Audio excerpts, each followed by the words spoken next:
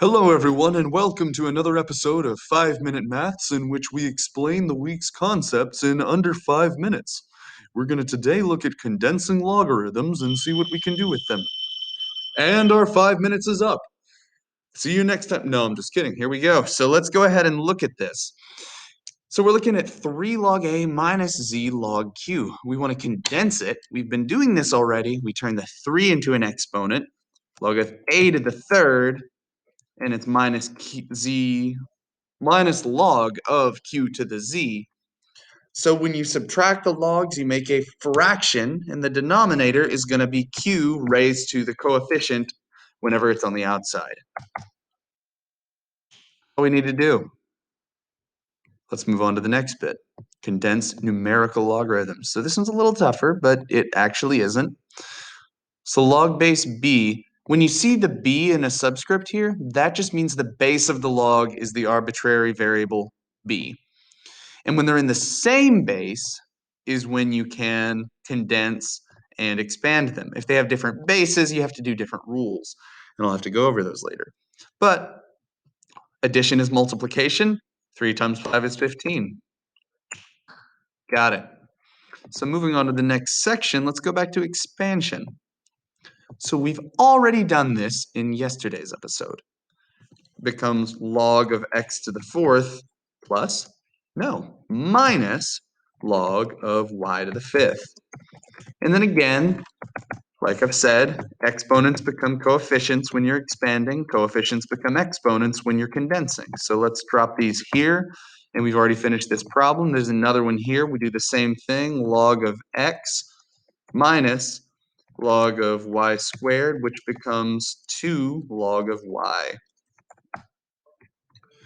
Boom, moving on to the next section. We're halfway done. Now is when we're starting to get into roots and fractional exponents. This will be a little interesting. So we're going to have the same boat here, but we're going to have some different steps once we get there. So log of zx squared minus log of cube root. How do we do that?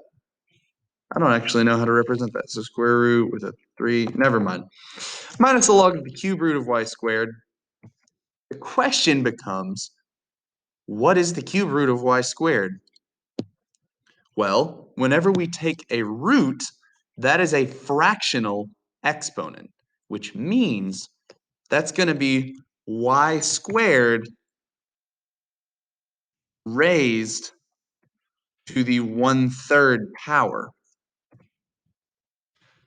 And when you raise a power to a power, they multiply, so it becomes y to the 2/3 power.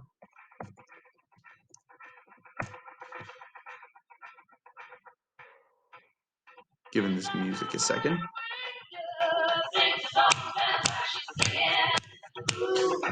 So what we're going to do with this, we're going to turn this exponent into a coefficient, so the 2/3 from there goes here.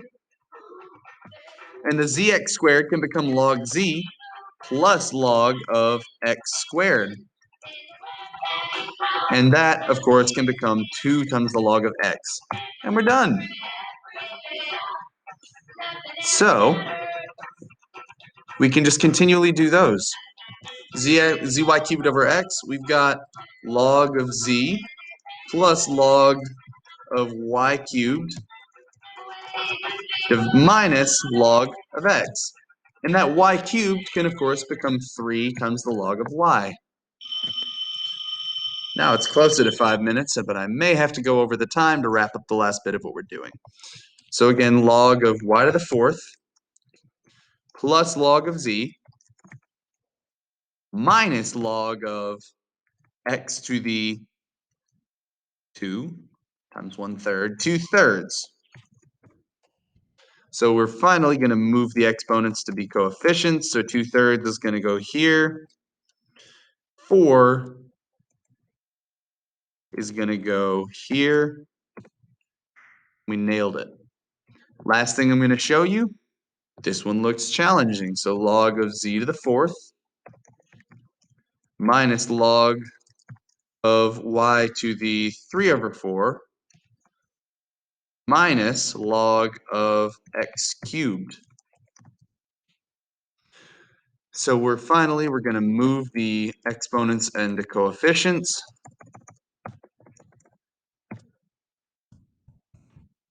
And with that,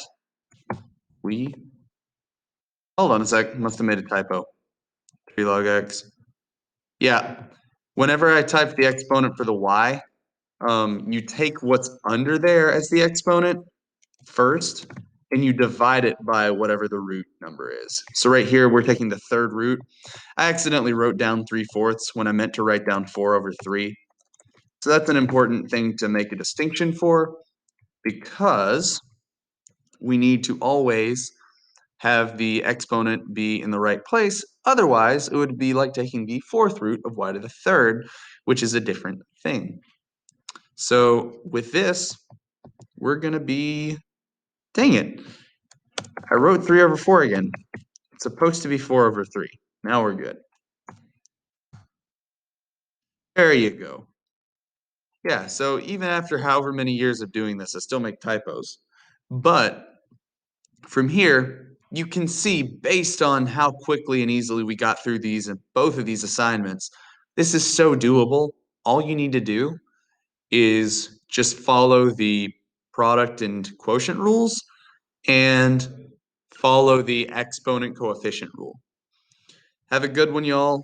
I will see you in class.